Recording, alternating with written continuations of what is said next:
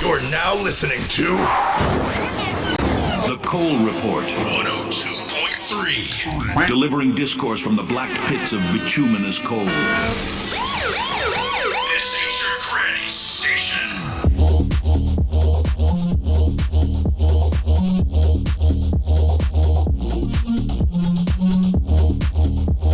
You were saying you were so anyways, yeah, let's take a minute. Let's go live and then we'll talk about it. Yeah. Let's take a minute for people to pour in and plus like don't worry, like this, like the substantial portion of this will be paywalled, so don't worry about later on. Yeah. There you go. Yeah. Okay. But yeah, it's great to have you on Black Horse. I think wasn't that one Nickelback album called Dark Horse or Black? I forget. That was when Nickelback started to suck. But like, oh my goodness, yeah. No, this is the Cole Report. But yeah, thank you for coming on Black Horse. And yes, we are back. And you were saying, is it public knowledge? Not like your exact job, obviously, but like, is it public knowledge that you are? It's public knowledge that I work in the financial markets. Yeah. So I feel like you're well suited to talk about this.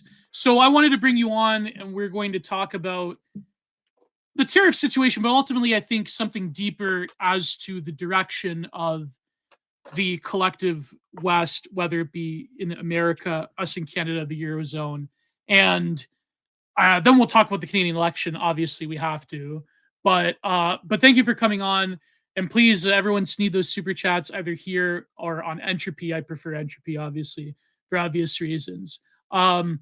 But so you need no introduction, but if you were to give yourself a little introduction, Black Horse, we've been meaning to do something together for a while. So who are you? How long have you been an alcoholic? What medal do you have? What's your favorite color? So, yeah. What's your CV? I mean, you can find my stuff from my Twitter account, at the Black Horse 65. I got my start making content in this space. My Twitter account is called the Black Horse, after the horseman of the apocalypse who brings inflation and starvation. And I thought that I was going to have like a utility account cataloging the post-COVID inflation. But it turns out I don't have enough message discipline to have a utility account. So I got involved in all kinds of other things.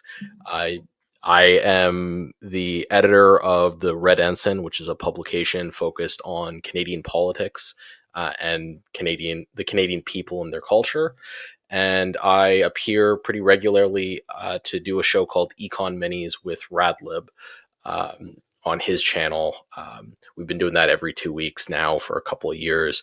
I think I'm going to take a little break from that for a little while just to focus on the Canadian project. But anyways, that's a brief introduction. All right. That's excellent. It's funny. I remember you had this one podcast you did with, it may have been with you and Radlib, or it may have been somebody else, but you were talking about your history with the, I forget which exact denomination, the Christian church you're affiliated with. Are you an Anglican, or you are a...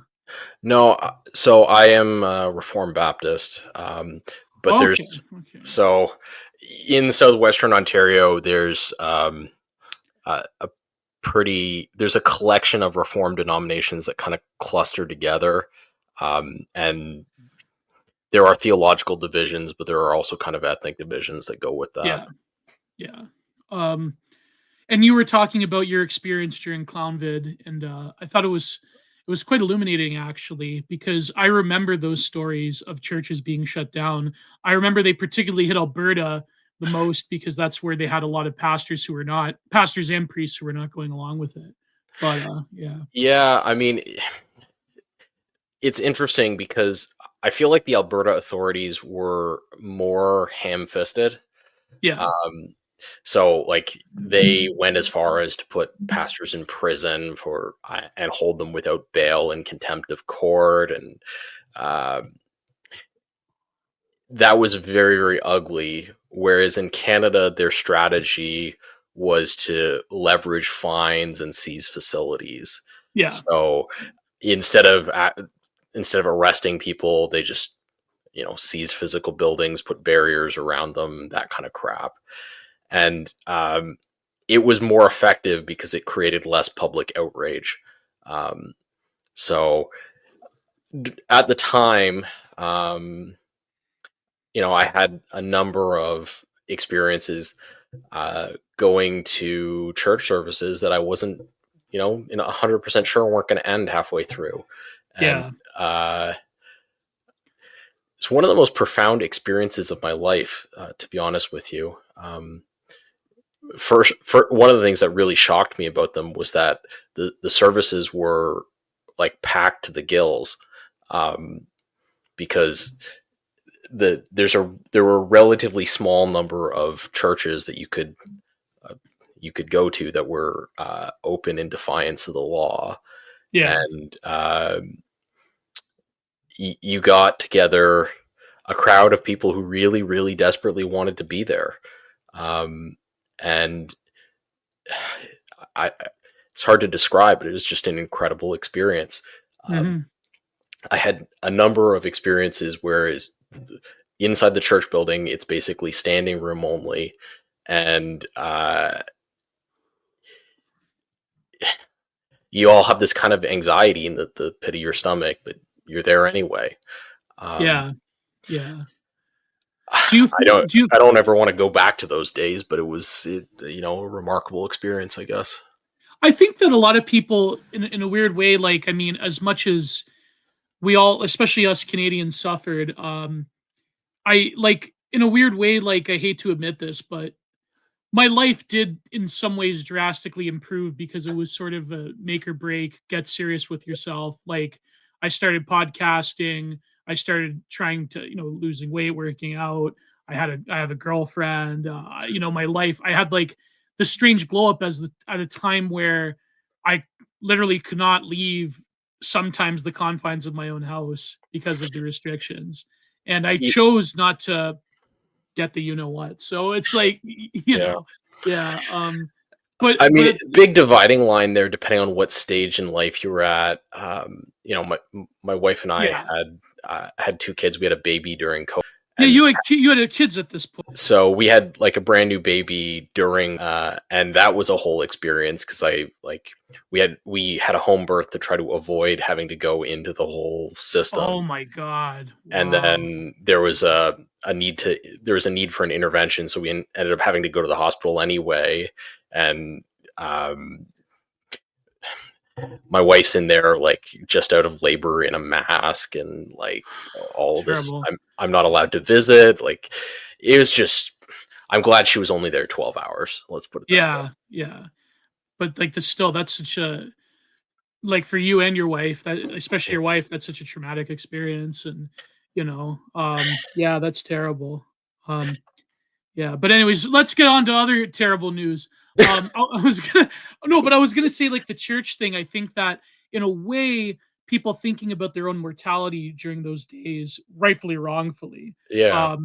In a way, it's sort of almost compelled a form of taking one's faith seriously, and so I think like that's what you were, like, at least in part. I think that's why that was like, what I mean. So there's the issue of mortality. There's also the issue of like the choice to like there isn't a lot of what's the best way to frame this? There isn't a lot of social Christianity in Canada anyway, because it's generally a social cost to be a Christian rather than a social benefit. Yeah. But you turn the social cost lever up to 11 there. And so everyone who participated through that period was very conscious that they were making a sacrifice in order to honor God, in order to honor their interpretation of what God demanded from them. And there's a unity in that, and a unity of purpose that was just incredible. And at a personal level, there was an opportunity to demonstrate to myself the import of that part of my life. And so, there was real value in that experience. I wouldn't wish for it again, but Oh yeah, definitely. we certainly got something out of it. Yeah, yeah. So you guys are brutal. Retirement maid pod. Oh my god. The year is 2070. Gio is still saying convent in the retirement. Retirement maid pod. Oh god. Oh, Oh that's my brutal. goodness. Yeah, Black Horse is Dan Tubbs for people with an IQ over 110. That's a great one, actually. That's a good one.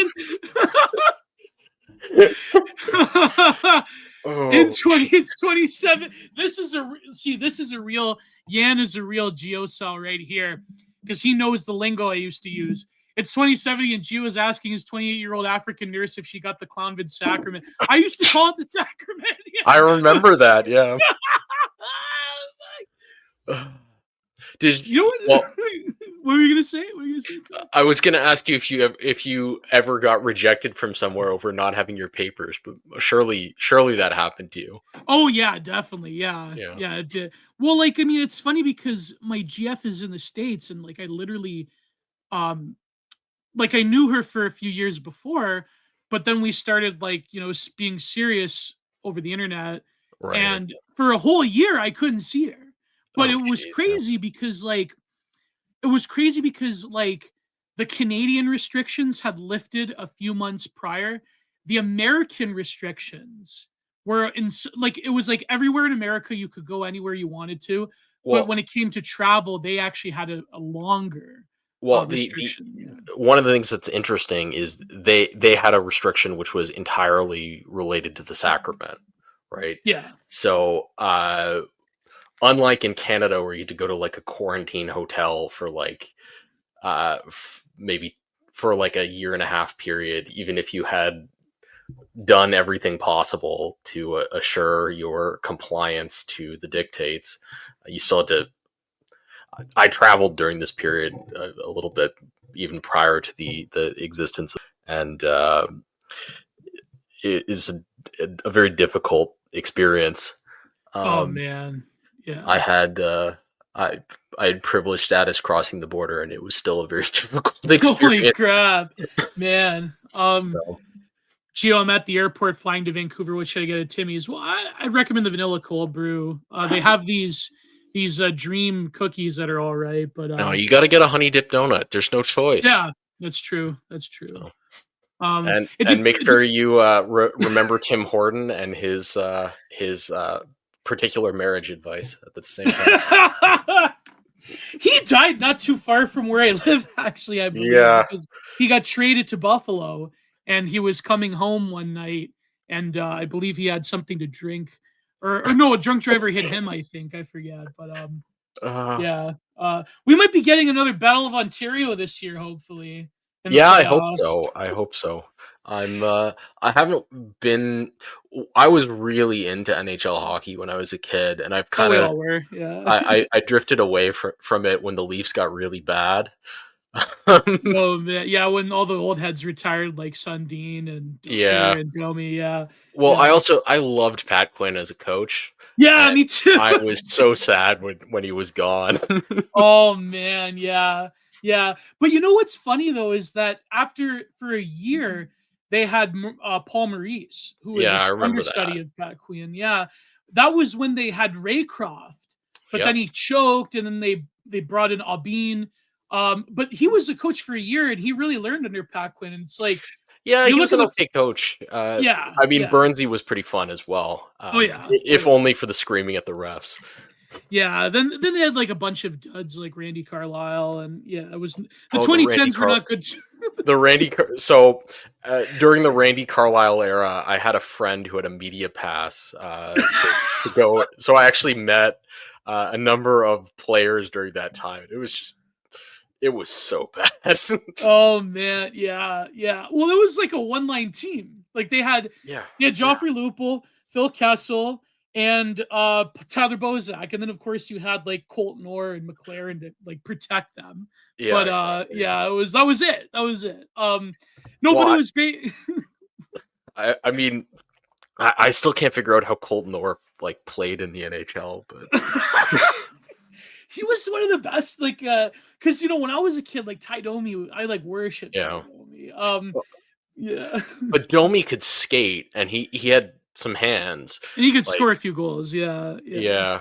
Whereas later on, the goons they got after him, like what's his name, Tyler Bezak, Tyler Bozak, yeah, Bo- yeah. yeah, and sorry, Wade Belak is the guy I'm thinking of. Oh, Wade Belak, yeah, he was there. So he was there Yeah. forever, but I think he got like 5 minutes of ice time the entire season.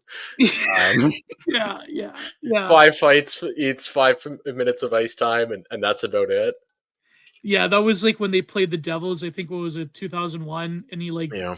he like decked Jason Arnott in front of the ref, and that was no, because Belak was great because like you had such a wrecking crew. You had him, Tucker, Domi, Shane Corson. So like Yeah. when you were a kid, if you were a millennial growing up in Ontario, it was like it was phenomenal. It was like Well, my dad had season tickets to that Leaf team, right? So I watched a ton of it. Oh man. Yeah, every time they go into Buffalo, Domi would have to fight Rob Ray. Oh my goodness! And you had the Yeah. Dominator on the other side who would just kind of Dominator, and then then Cujo and Apparently, and I Belfort. discovered this week that the Dominator is apparently a libtard, yeah. Well, you know why? Because he was so traumatized by the Russian players in Detroit, and also by that. Apparently, Brett Hall is a Trump guy, and so Brett Hall was did the goal for Dallas in the '99 playoffs. Oh my goodness, yeah. So Dominator's like talking about He's got how, a counter signal it. Yeah, like how the NHL didn't make Ovechkin. Well, I guess this is a story for the core report. The NHL didn't force Ovechkin to denounce the Russian aggression. So he's goal posting on X, Dominic Hasek. They were what's funny is that they tried to they were contemplating banning Russian players, but they're like, there's too many Russian players. We can't do it. Yes. It would destroy the league. Well, and not only that, like the NHL is thin for talent right now anyway. Yeah. Oh yeah. So and it's had goaltenders are Russian. I mean, well, it's had problems with Russian players just playing in the Russian leagues because they can make competitive money. Yeah. And so the problem with the Russian leagues is you have to fly across like 9 time zones in order to play. Yeah. Sometimes you have to go to China. Yeah. But if you put aside those issues, if you go in, it's not like going to the CFL. It's like a real league. So yeah. Oh yeah. The KHL's pretty professionalized and organized. It's funny, they actually have a team in the Donbass too. Yeah, HC Donbass. Yeah. Oh my goodness. And I made a joke because Trump and Putin, one of the agreements was like, why don't we just have the KHL and the NHL go at it? And that would be like a symbolic thing, like the Summit Series. And I'm like, imagine if the Leafs lose to HC Donbass. Is Patrick Waugh a lefty? I feel that anyone that big of a whiner should be. No, I think Patrick Waugh pretty much. I think he probably is a Quebecois nationalist, but I wonder he probably can't say that out loud. There's no way that Patrick Waugh isn't like a rat. I mean, Quebecois nationalists are kind of lefty by default, but yeah, true. But there's no way he's not like an ethno-nationalist Quebecois. You know what's funny? Before we get into the tariff thing, because I don't know if you picked up the title of this episode of the Core Report is actually a Death in June reference. I've been on a huge Death in June kick lately, but I was listening to.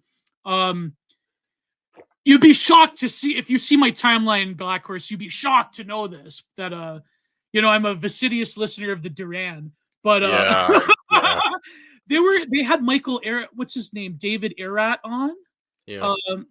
He was saying, not to say I agree with all his takes because he was another like going into the city of London, like the LaRoucheite thing.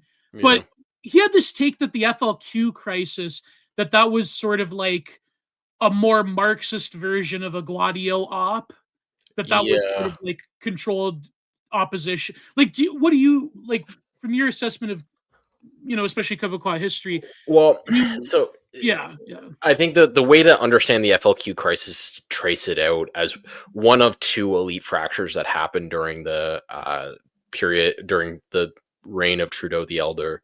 But hmm the FLQ crisis goes back to the conscription crisis during the First World War, yes, when yes, yeah, so for those who don't know, during the First World War, Canada participated as a colony of Great Britain and leveraged the country.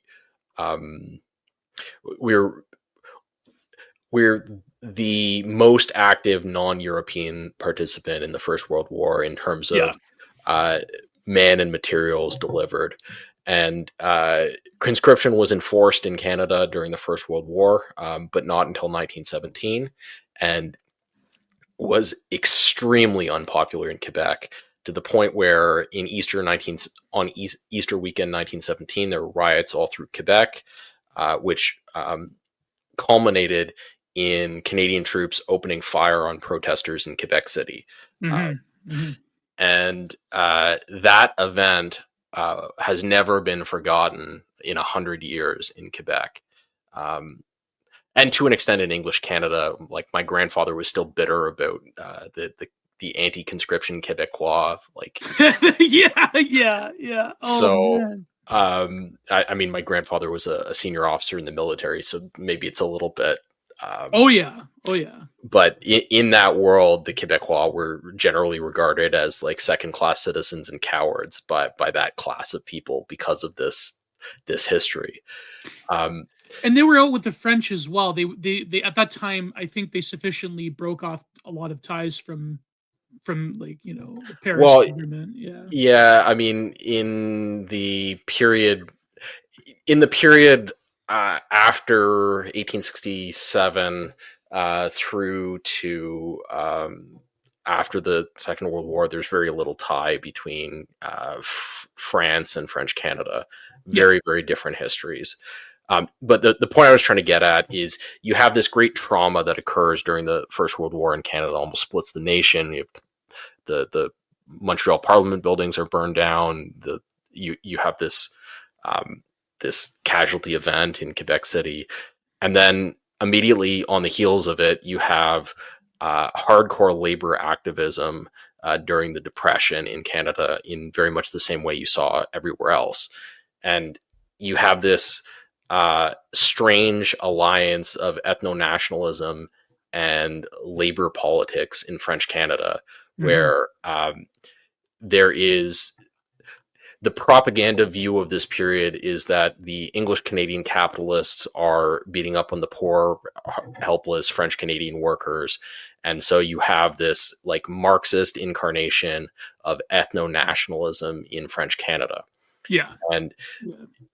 if you carry that forward for 30 years, after 30 years of iterating this, there's two competing elite classes trying to lead the way in French Canada.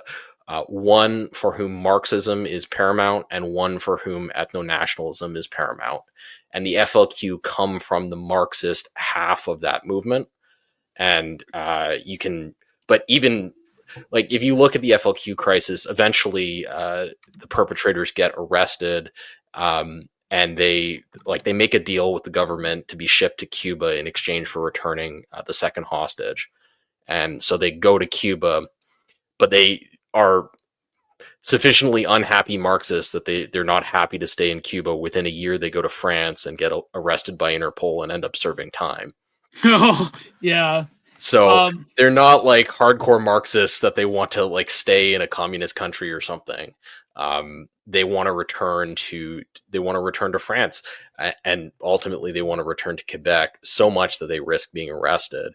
So I think even in the Marxist half of that world, ethno-nationalism is the dominant element in Yeah. Quebec in that period. And so anybody who kind of tries to characterize it as a Marxist movement, I think, is missing the mark a little bit. I remember one academic compared it to Marxism in Vietnam under Ho Chi Minh. That it was really a manifestation of ethno-nationalism rather than orthodox Marxist belief or labor activism even. That was Yeah. sort of like a pretext. Yeah. I mean, Um, I don't know enough about the history of Vietnam to really be sure, because like, if you look at Cambodia after the war, there's certainly some like um, there's certainly yeah. some Marxism that Oh actually like, yes, reaches real power. Marx. Yeah. Yeah. Oh yeah. Yeah. Good But and hard Marxism. Yeah. like when the left wing ethno nationalists come into power in Quebec, there's some labor union stuff. There's some like uh, old fashioned socialist gender equality stuff. There's some Yeah. Yeah. social safety net stuff. But really, it's language laws. It's you know, Yeah. Yeah. uh, it is send the Anglo home and spit on their grave kind of thing. Yeah. It's not Yeah. really. There was no rounding up people with glasses in the aftermath of the Quiet Revolution. That's just not what happened, right? Yeah. It's more taking down the English signs. That was pretty much it. Yeah, it's taking down the Yeah. English signs. It's sending all the bank headquarters back to Toronto. It's you know making sure that uh, all of the positions and all the state-owned companies are all held by pure lane people. Yeah. Um, Yeah. so it's like, So yeah, go ahead. oh, it's like Hydro Quebec is the height of this, right? Yeah. Not like um not like the camps. Let's sort of something. Yeah. It's not the fields exactly. But so you wouldn't say that the FLQ was like this outside glowy like Gladio thing to like screw over Anglophone Canada. It was more of like an organic manifestation. Um I'd have to Yeah. read his actual work to like see his justification though. Well, But I've had a look at this. There isn't a lot of evidence that there's outside funding behind the FLQ, mhm. but there's definitely outside sympathy and definitely like um, definitely the American media kind of um, have. You're allowed to be a left wing revolutionary during this period in a way that you're not allowed to be a right wing revolutionary. So Yeah. there's definitely some of that. If you imagine an alternate reality where uh, French Canadian nationalism is not a left wing movement, then the situation in the 60s and 70s probably looks really different, right? If it's Yeah. like Catholic integralist nationalism, um, there's probably a lot less institutional sympathy. Oh yeah, definitely. And of course, David Erat was saying that it was in a way the glowies to sort of then create this narrative that Trudeau Senior was the strong man that was saving Canada. He was the Yeah. Lincoln of Canada. Oh my goodness. Yeah. Yeah, the Lincoln of Canada. Well, we've had to put up with this all our life as like Trudeau the Elder as the great Canadian Prime Minister, the great Yeah, symbol of the country. Oh my God. I yeah. hate it so much, so much. The graping field. You know what's funny is that my friend Insect Bra, he used to go by Petty Linkolistan, and he used to have the during the pine tree days, and he had the Pol Pot avatar. So yeah, you imagine that the graping fields, and then you'd have like the Pol Pot griper. Anyways, let's move on to the tariff situation. So you've been getting a lot of heat, Black Horse, this week. A lot of heat, and like as us in Canada and British content creators on the E-Right, as we all know, we do have predominantly an American audience. So, I might have to play a little bit of devil's advocate, but I wanted to sort of like, okay, what is your assessment in general? Then I wanted to probe into sort of the greater implications, whether it be the history or the sort of future of Americana and with China, with Yeah. China, and of course our position here in Canada. But what has been your general assessment, and why have you been denounced as a plan truster? Why have you been getting the text message? You're a traitor. You betrayed Donald Trump. Was he wrong about you? Oh So my goodness. like, Yeah, you know, yeah. why don't I start by kind of walking through the events of Yes, yes, the yeah, week, yeah, and then I've got like a little bit of analytical framework that we can see how it fits on, and then we can kind of go from there. yeah. So, I guess it's Wednesday night of last week. Donald Trump announces that he's going to impose tariffs on 160 nations. Um, Basically, every nation that has a trade relationship with the United States, except Canada and Mexico, who are part of a different arrangement. Yes. Um, Most of those nations are subject to a 10% flat tariff, but any nation on that list that has a trade deficit with the United States had a tariff imposed based on the size of that trade deficit compared to the size of the trade relationship. So, Mhm. like a back of the envelope, A over B times 50% calculation for how these are devised applied. There's like 45 countries that that had a surcharge above 10%. Some of Mhm. them a lot above 10%. Like Vietnam was 40 something. Yeah. Um, Well, but people were saying that was actually a bad move because if you wanted to coax the Vietnamese away from the well, Chinese, we'll but get to they're the not gonna go editorialize. with the yeah, We'll they're get not to gonna the go with Americans on this. editorializing after we get a little bit through the narrative. Oh, right, yeah, go ahead, Black Horse. Yeah, go ahead. Yeah. So the interesting thing, well, one of the interesting things to note about this is there are like there are a number of um, countries on this list that had very high tariffs that um, are not what you would call the traditional industrial competitors to Middle America. So Vietnam is one thing; they're clearly an industrial competitor to Middle America, but places like the Chagas Islands and I think oh, what are they called? The islands in that they fought that Argentina and the UK fought a war over. Falklands? But yeah, the Falkland Islands had like a 25% tariff for some reason. God. Um, Why? so, Like, what do well, they use? be, because it's just this formula applied, right? So I guess the Falkland Islands have a trade deficit with the United States or a trade surplus with the United States, depending on which way you're looking at it. So, anyways, this happens for the first 3 days. You have like a really typical and negative reaction in the market. You Yeah. have a sell off in the equity markets, very hard, and you have a flight to safety in the bond markets. So, for those who when you have a market event that increases apparent risk in the markets, you typically will have a sell-off in equities, which are a riskier asset, and you'll have a flight of capital into bonds.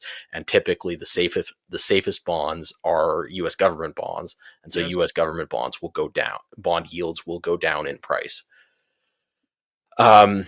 So that happened for the first couple of days. Then over the weekend, China decides to retaliate and impose tariffs on the United States. There's a series of escalating back and forth. I think by the end, it's 130% tariffs from the U.S. versus 115% tariffs from China, at least when I last looked.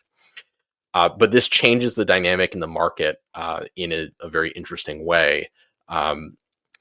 Instead, you continue to have this hard sell-off in the equity markets, but you have a reversal in the bond markets where the U.S. government bond yields start to climb and climb extremely rapidly.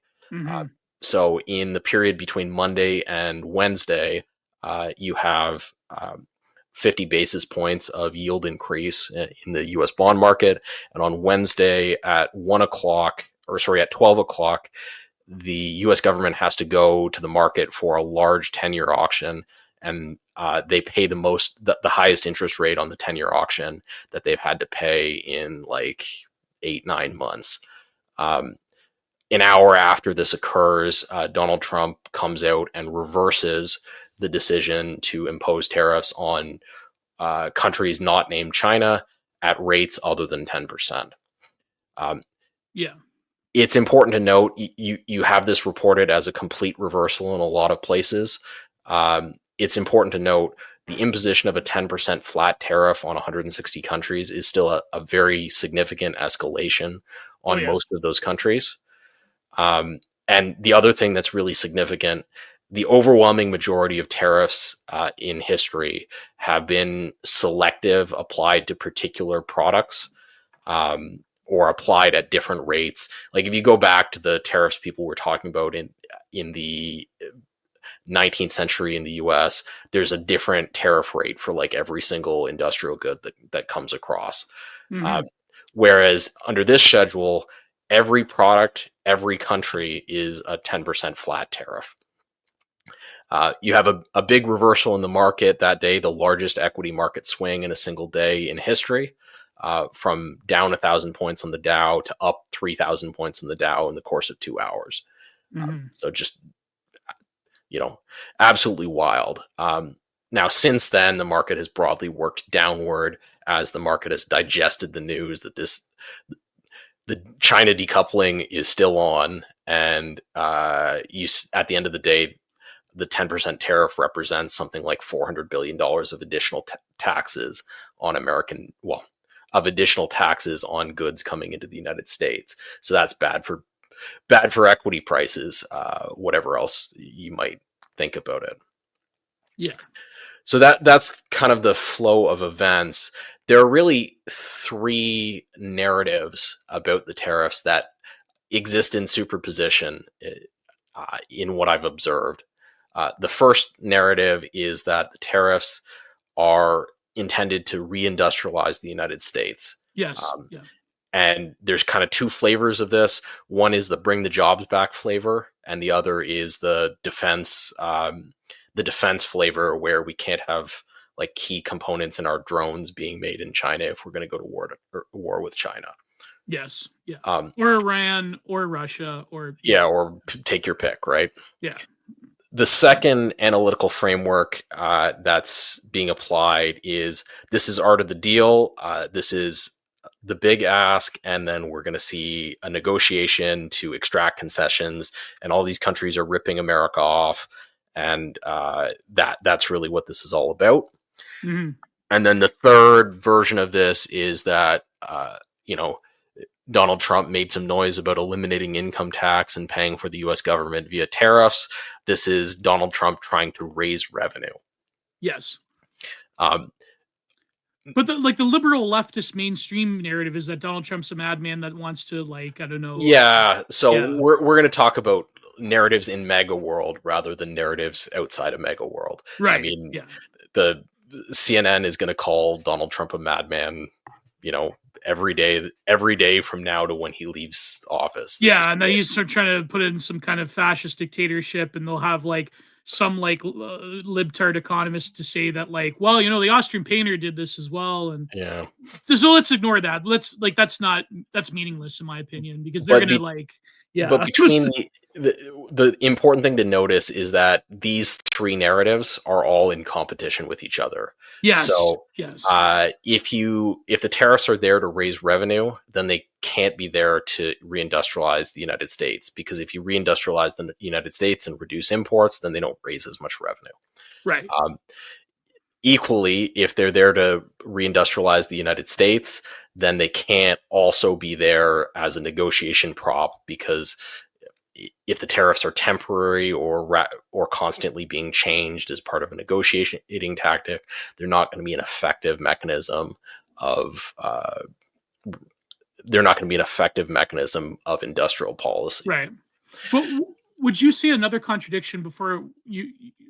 Just really quickly, would you see another contradiction would be that to claim that, well, I guess this is a grander claim we'll talk about later, but that Donald Trump, with the reindustrialization of America and with the sort of like nationalization, or rather more of a nationalistic project towards protectionism, towards America first and so forth, do you think that would contradict the other narratives that this is about negotiation? Because that would mean that Trump is negotiating within the system that already exists rather than the system that he wants, right? Yeah, I mean, so like all three of these poles, you could imagine charting a course between. but they're Right. all trade-offs, right? So the more it's about raising revenue, the less it's about reindustrializing America. The more it's art of the deal, the less it's about reindustrializing America. The more it's, and you can kind of imagine that um, these are three narratives that you're telling three different groups of people in order to maximize political support for this project. Yeah. Right? Because you Yeah. want buy-in from as much of your coalition as you possibly can when you're trying to do something that's going to be this painful. Right. Well, I was talking to a lot of people in America and some people that were critical even Yeah. in terms of like social security or various I mean, I guess the buzzword is entitlements, but a lot of functions of the USG where like the narrative that I've seen, which is I think, let's be honest here, like to defend people that are American right wingers, I will say that the project would be noble if it was not so much like a vindictive thing against the average boomer, especially if the Yeah. average like white middle class boomer that just, whatever. But in terms of like the boomer world order that has essentially robbed young people to give to themselves before they graciously expire, to quote the Well, Bible this is here. another really interesting thing about the response. So Yeah. in the response, it's really obvious that boomers and millennials are fighting a generational war via the proxy of asset prices, right? Yes. So Yeah. millennials and zoomers want asset prices to crash, and they want asset prices to crash because they're in the asset accumulation part of their lifetime. Yeah, it will benefit us, obviously. Imagine And if housing crisis here in Canada, but imagine if housing prices dropped in Canada, for example. well, that would be a disaster. I'm a homeowner. Yeah, yeah. Yeah. No, but see, that's my point, though. That's even something Right. like It's Jeff brought generate, up. Yeah, but that's like, this is a very obvious aspect of this response, and in my opinion, it's a really ugly aspect. Um, you should not have the older and younger generation at their throat waging right, war over asset price manipulation. This right. is very, very unhealthy. Um, but it's definitely a part of what's going on, right? But that's what I mean. Like, it compels the question of like, you have a lot of disenfranchised young people that don't have an investment in the system because they haven't been given an opportunity to get an investment in the system. And so therefore they do have this sort of cavalier and almost, I would say, nihilistic attitude Yeah, of tear it like, all down screw them. Yeah. Yeah. because it's not benefiting me. So why do I care if this Right. policy destroys it? And I But can understand that. yeah. Yeah. No, but that's what I mean. That's what I wanted to ask you because my last point before I wanted to get your take was that I don't like I don't think that you could strategically, unless you had like a total command economy, like unless you had you know, like Franco's Spain or Benito's Italy or even Chairman Mao, you can't have like a total command economy to where you can selectively punish certain malfeasant sectors of the economy and the population and give to others. I mean, you could do it strategically. For example, like the libs have been doing that in these large coastal cities in North America and in Europe to the heartlands, right? But then that's like a period of over Well, decades, right? so That's you can't just like say I'm going to punish certain boomers, but I'm not going to punish other boomers, and I'm going to give yeah. to the younger people, but not certain other young people. Like you can't. Yeah, I think that's you know Well, what I mean. so there's Yeah, two questions here. Like, one, is it reasonable policy? And the answer is like no. No healthy country wages sectional war via like manipulating asset prices. It's a right, stupid idea. It shouldn't be done. But the second part of the question, which I think is implicit, is can it be done in the U.S. political system? And I think the right. answer to that is no. Oh Right. yeah, obviously, yeah, So if you look at the US political system, in order for that to be a viable project, in order for the point of the tariffs to be to collapse asset prices and make it possible for Zoomers to buy homes or something, in order for that to be the goal, then you would have to make the inference that the most important part of Donald Trump's political coalition is like millennials and Zoomers that don't have any assets. And but that's not the case. That's I just that is not a credible story in my mind. Um, and if you look at elements of Donald Trump's political coalition that came out against the tariffs, it's all the people you would expect, but it's also a whole series of people who were on Team Trump in 2024 and not on Team Trump in 2020. Right. Right. So it's Elon Musk, it's the whole billionaire crowd, right, that rallied behind him in 2024. And it turns out that if you're a billionaire and asset prices go down, that's not good for you. But that's what I mean. I think as much as, like, I'll be honest, okay? And if you're an American listening to this, like, I have a great sympathy and a love and respect for the American people. Well, my girlfriend's American. But like I think that like what I don't like, especially as a Leaf, is that, you know, the attitude towards us, obviously, right? I mean, I have to defend my own people, as misguided as they are. But what I would say is that I do sympathize with the narrative of a lot of people benefiting off the backs of a sort of robbing of the potentiality of Zoomers and millennials who did vote for Trump. But at the same time, I do feel like you were saying a lot of good people would be swept away, people that do have families and homes and equity that don't deserve it. And I think like the fusion between the sort of Silicon Valley billionaire class and Trumpism, I think that was always going to be bound to fail, or it was going to disappoint his grassroots supporters. Well, I think I think the most important point is that it's going to disappoint the people who want to see the system torched so that they can be re-engaged as with a real opportunity to buy a stake in it. Right? Yes, exactly. Peter Thiel is not going to support a political vehicle to tear down the system so that millennials can buy homes. No. That's just not going to happen. Yeah. So my view is that that's a value neutral statement. It's not like it's not intended to be a critique of you know, Mr. Zoomer who feels locked out of the system and you know, is really hoping that Donald Trump is going to do this. It's a statement. You're wrong. That's not what that political vehicle is going to do. It's not a statement. You shouldn't feel locked out or feel aggrieved or something. Exactly. Like, that's what I mean. There is a lot of legitimate grievances. And I feel like that's why like, to me, I've separated the sort of, like, as an artist, I've separated the aesthetics and the sort of cultural and even spiritual movement of Trumpism from the last 10 years, as opposed to like the real world politics of being confined within the American system, and rather not just the American system, but the global geopolitical system as it is now. Right. Well, and the other thing I think that is really, I think really underappreciated. So if you look at the crowd that was cheering end of globalization, bring the manufacturing home, Red America is going to get rich. This crowd, I think, really underestimates the extent to which Red America benefits from the US dollar system that they're trying to tear down. And also, I think is disconnected from the reality that this is a 10% flat tariff. This is not like protect the industrial goods and make sure that the raw inputs to manufacturing can cross the border tariff free. This was my big critique earlier in the process when there's negotiation with Canada. Like, if you were playing old-fashioned mercantilism and looking at Canada is an ideal colonial economy for the United States if you want to reindustrialize.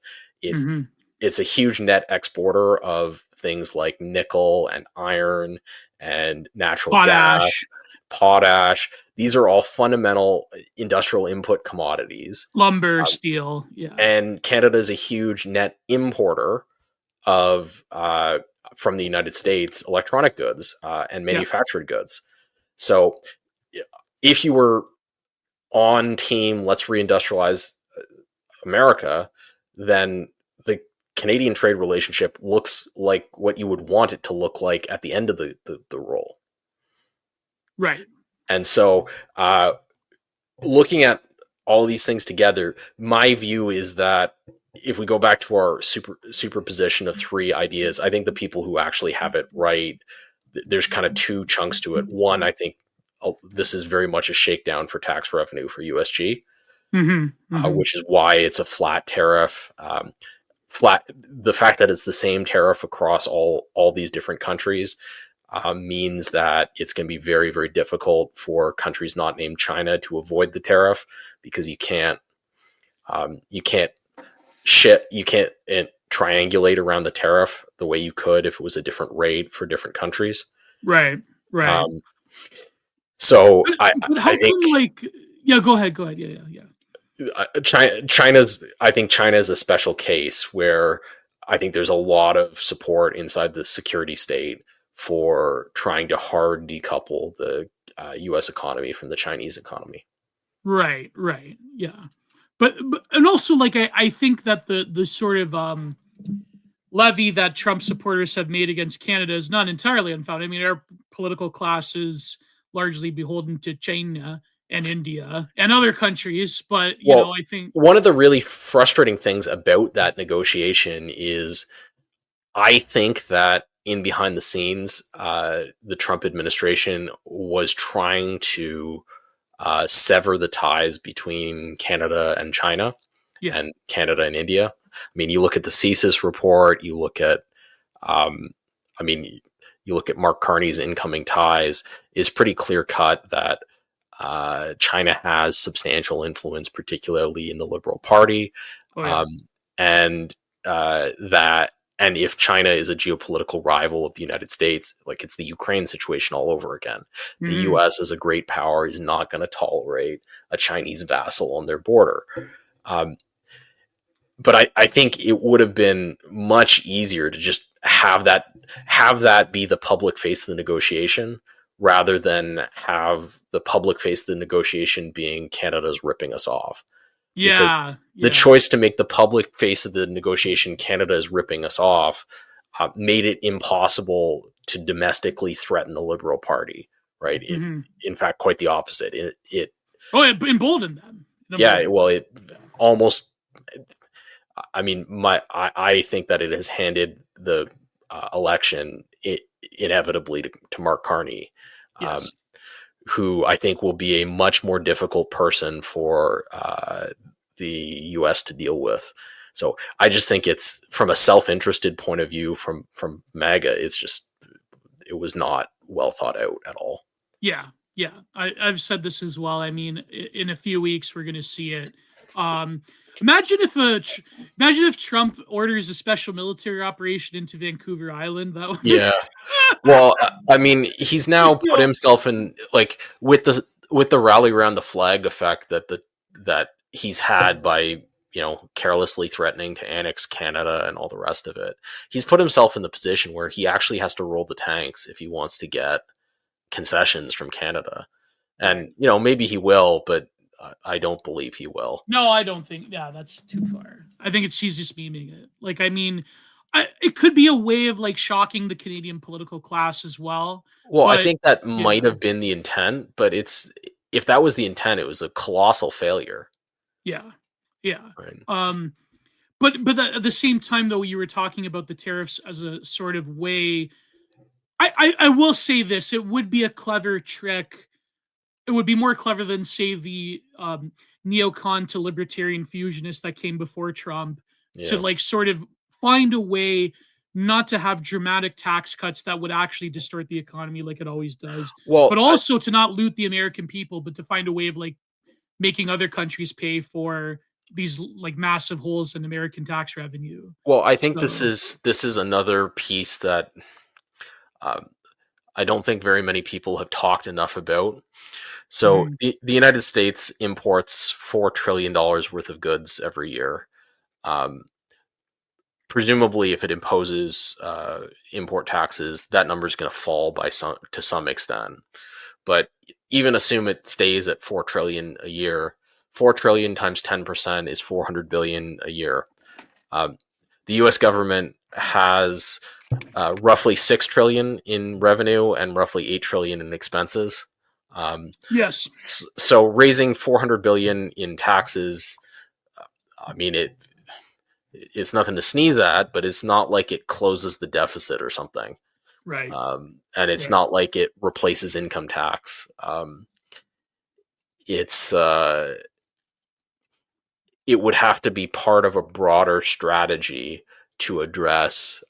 Because at the end of the day, if the US dollar system fails, the US government is going to have to live like everyone else and not perpetually deficit spend 25-30% of its budget. And that's impossible, actually. In Well, the so American system, yeah. in order to get there, it would need a hell of a lot more than 400 billion in tariff revenues. Right. So from my point of view, unless this is part of a much broader strategy, it's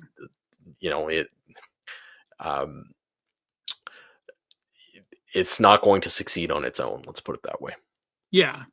But I wanted to ask you, though, because this is in large part your business. This is, you're knowledgeable in economics. I'm just a word cell. I know very little about well, I shouldn't say that, but like I know relatively little about economics in terms of like hard theory. But I am a word cell. But I think that my theory is this, and I wanted to run this by you. I think that what Trump is trying to do, or at least what he says he wants to do, or allegedly, whatever, is that if you wanted to reindustrialize America, if you wanted to stop the sort of progression of like total neoliberal globalization, but I think what he's doing in some sense is putting the cart before the horse, because you would need industry to revamp, to protect with tariffs to begin with. So I don't think that tariffs could necessarily shock the American economy back into what it was in the 1950s or 60s even, or even 70s, actually, when it just started with Paul Volcker in the 80s, right, with deindustrialization. So do you think that Trump is sort of like putting the cart before the horse? Because the longer, arduous, I would say 10, 20, 50-year project, or 100-year project to reindustrialize America as a manufacturing superpower like it once was, do you think it's a way of like knowing that the American political... I just think it's rushed. I think it's just rushed as hell, right? Yeah, exactly. Go ahead with that. Yeah. It's not a matter of like... So if you were trying to sort of be careful and thoughtful about reindustrializing America, tariffs would be a tool at your disposal to try to do that, but you wouldn't try to execute a hard decouple from the international markets day one, right? Yes. You would try to move across product categories. You'd try to have escalating tariff schedules so that you could have an opportunity to ramp up internal production. You'd probably pair them with subsidies. So like, right, wrong, or indifferent, say what you want about the Biden administration, but the CHIPS Act is the kind of thing you would see if you wanted to actually bring strategic production of an asset class back into the United States. And for those who don't know, what was the CHIPS Act? It's just a massive package of subsidies for building microchips in the United States. Okay, yeah. So the idea was to bring the chips that were being made in Taiwan into production in the United States, so that you wouldn't have this situation where the U.S. is compelled to defend Taiwan as if it's some like key strategic interest. Right. Yeah, and risk a nuclear exchange with China in the process. Yeah, exactly. Yeah.